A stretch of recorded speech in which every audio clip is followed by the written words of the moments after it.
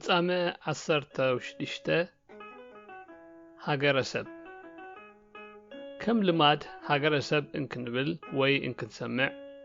كاب كتما وزعي وي بتحت قرط زي معبلة وي أبناء حرشا من نبابرو زمركوس حبرتسب وي عدي نمقلات مثلنا أدهبو هبنا دحر بزوح مستنتان جن هاجرن سبن زت أمر قال سفيهن عمقن ترجم كهالو أيترفن يويلنا أب فلما مستبهال دما هاجر نايسب زبل ترجمون كجلي بلنا كابزي بمنقال دما نابرا سب هاجر وي هاجر نايسب بخمي كم عيو حزبي كنبرن كتنتنني كال إلنا نحتت أب أراد حبرتسبنا هاجر انكبهال بحد وغنو حزبي كسمع انكلو بخالق شنخو مريت وي عدون يردن يسمعني ምእንቲ እዚ ከዓ ክልተ ኣጠማምታ ሃገር ብዓይነ ልቦና ህዝብና ፈላሊና ብምልዓል ክነነፅር ንፈቱ ሃገር ከም ህዝቢ ኣብዚ ሃገር ከም ህዝቢ ዘረድእ ኣገላልፃ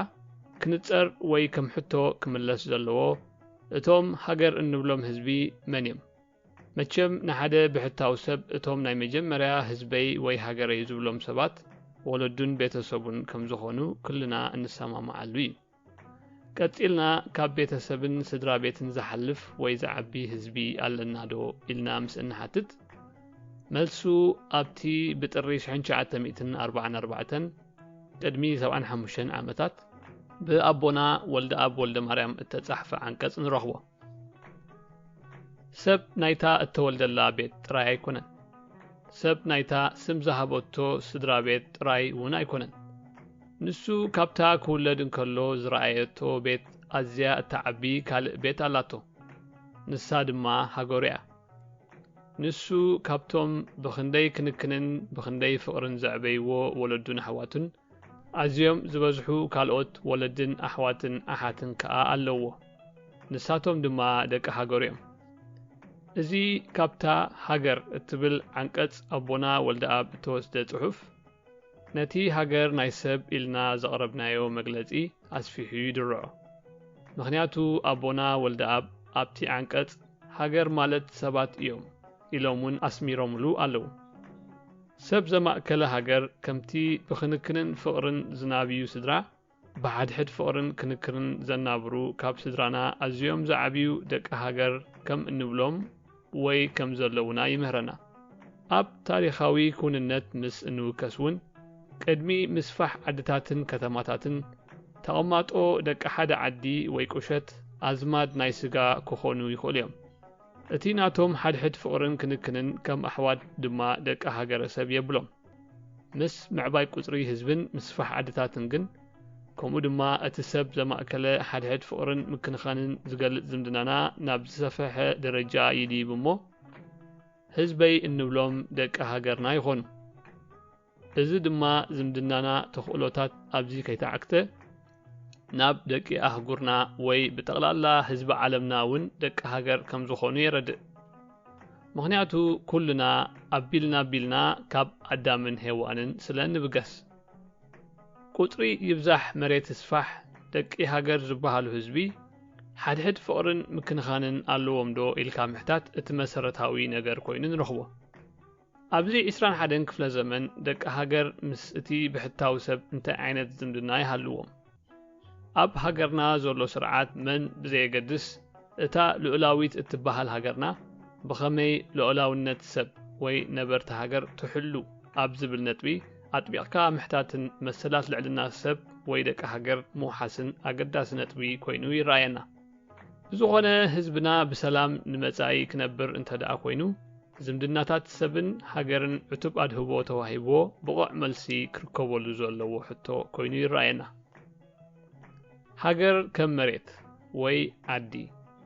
ሃገር ከም መሬት ምስ እንርድኦ ዝምድና ሰብ ምስ መሬት ከም ዕዮ ህዝቢ ከመይ ይመስል ህዝብና ምስቲ መጽለሊኡ ዝሰርሓሉ ዛልዩ ዝከናኸኖ ሸንሽኑ ዝካፈሎ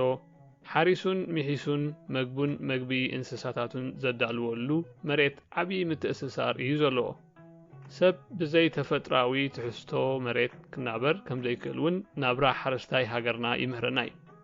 ስለዚህ መሬትን ጸጋታትን ነቲ ግርማዊ ሰብ ናይዛ ዓለም ናብርኡ ከማልኡን ከማዕርጉን ዝተፈጥሩ እዮም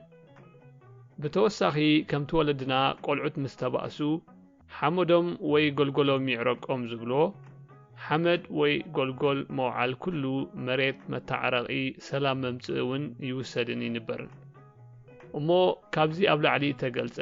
ደሓን ዝኾነ ርድኢት ሃገረ ሰብ ብዓይኒ ልቦና ወለድና ሒዝና ክንከውን ንትስፎ ኣስዒብና ናብቲ ነዚ ጽሑፍ ዘንቀለ ሕቶና ምስ እንምለስ ዝምድና ሃገርን ሰብን ኣብዚ እዋን ከመይ ኣሎ ኢልና ንሓት ኣብዚ እዋን ሃገራት ዶባተን ሓሊወን ሃገረ መንግስታት ካብ ዝበቕዓ ሓያለ ዓመታት ኣቁፂሩ ኣሎ ዝምድና ሃገርን ሰባትን እውን ብሃገራውነት ይግለጽ ኣሎ ኣስዒብና ሃገራውነት እንታይ እዩ ኢልና ከነስተንትን ንግደድ ሃገር ኣላትኒ ኣላትና ክንብል እንከለና እንታይ ማለትና ይኸውን እታ ናይ ሰብ ሃገር ብሃገረ ሰብ እንረኽባ ኣብዚ ሃገራውነት ብኸመይ ትንጸባረቕ ኣብ ርድኢት ናይ ሃገረ ሰብ ተመርኪስና ሃገራውነት ዜጋታት ኣብ ሰብኣውነት ዝመስረተ ሃገር ከነባብሩላን ብሓድሕዳዊ ፍቕሪ ዝነብሩዋን ክንብሎ ንኽእል እቶም ሰባት ከዓ ሃገራውያን ንብሎም እንተኾነ ኣብዚ እዋን ሃገራውነት ተኣማንነት ንዘሎ ስርዓት ዝመስሎም ሓያሎ ኣሕዋት ኣለዉ ንሕና እውን ኣይፋልኩም እንብሎም ከምቲ ዶክተር ርእሶም ሃይለ ዝበሎ እቲ ዝመጽእ ወለዶ መጺእ ኣሎ ተንስኡ ብዓጀባ ንቀበሎ ኣብዚ ሕጂ እዋን ረሕራሐ ዝመሰረቱ ዓጀባን ምቅብባልን ደቂ ሃገር ኣይንርእን እንታይ ደኣ ኣሽሓት መንእሰያትና ዓሰርተታት ዓድታት ክመልኡን ከነባበሩን ዝግብኦም ንሃገሮም ገዲፎም ይስደዱ ኣለዉ ኣብዚ ሎሚ ዘመን መሬት ዘይብሉ ሰብ ውሕስነት ክብረትን ንኽረክብ ኣይጽገምን ብኣንጻሩ መሬት ሓልዩና ሰብኣዊ ክብረትን ውሕስነትን ሲእና ኣብ ፈቐዶ ሃገራት ሰብኣውነትና ዘውሕሳ ኣብ ምድላይ ንርከብ ስለዚ ኣብ መወዳእታ ተስፋ ንገብር ባህግን ምንየትን ህዝብና ዛንታ ናብራ ሃገረ ሰብ ኮይኑ ልዕልና ሰብ እተኽብር ልዕልቲ ዝኾነት ሃገር ክንሃንጽ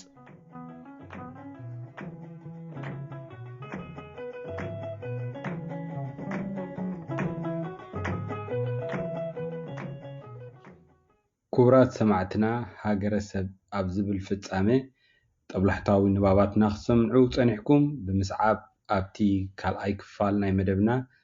ማለት ትንተና ብዛዕባ ሃገረ ሰብ ዝገበርናዮ ትንተና ከም እኒ ሃገር ኣላትና ክንብል እንከለና እንታይ ማለትና ይኸውን መሬት ኣለኒ ማለትና ዶ ይኸውን ከምኡውን ሕብርኻ ዝሕብሮም ልሳንካ ዝልሳኖም ሰባት ንሳቶም እዮም ሃገርካ ዝብል ኣባሃህላ ሃገር ክንዮ ሕብርኻን ዝሕብሮም ልሳንካን ዝልሳኖም ሰብ ክቆም ኣይከኣልን ዶ ዝብሉ ሕቶታት ክንልዕን ማለት እዩ ኣብቲ ጽልዋ እውን ሓድሽ ኣምር ሃገር ከመይ ይመስል ክንዘራረብ ኢና ብምስዓብ ስድራ ቤት ከም መሰረት ሃገር ከመይ ይመስል ምኽባር ልዕልና ሰብ ልዕልና ሃገር የውሕስ ኣብ ዝብል ዓምድታት ክንዛረብን ላዘብን ኢና ዕሙቕ ዝበለ ትንተናናትና እውን ክነቕርብ ኢና ኣብ በኸምዚ እቲ ቀዳማይ መደብና ንዓጹ ኣብቲ ካልኣይ መደብና የራኽበና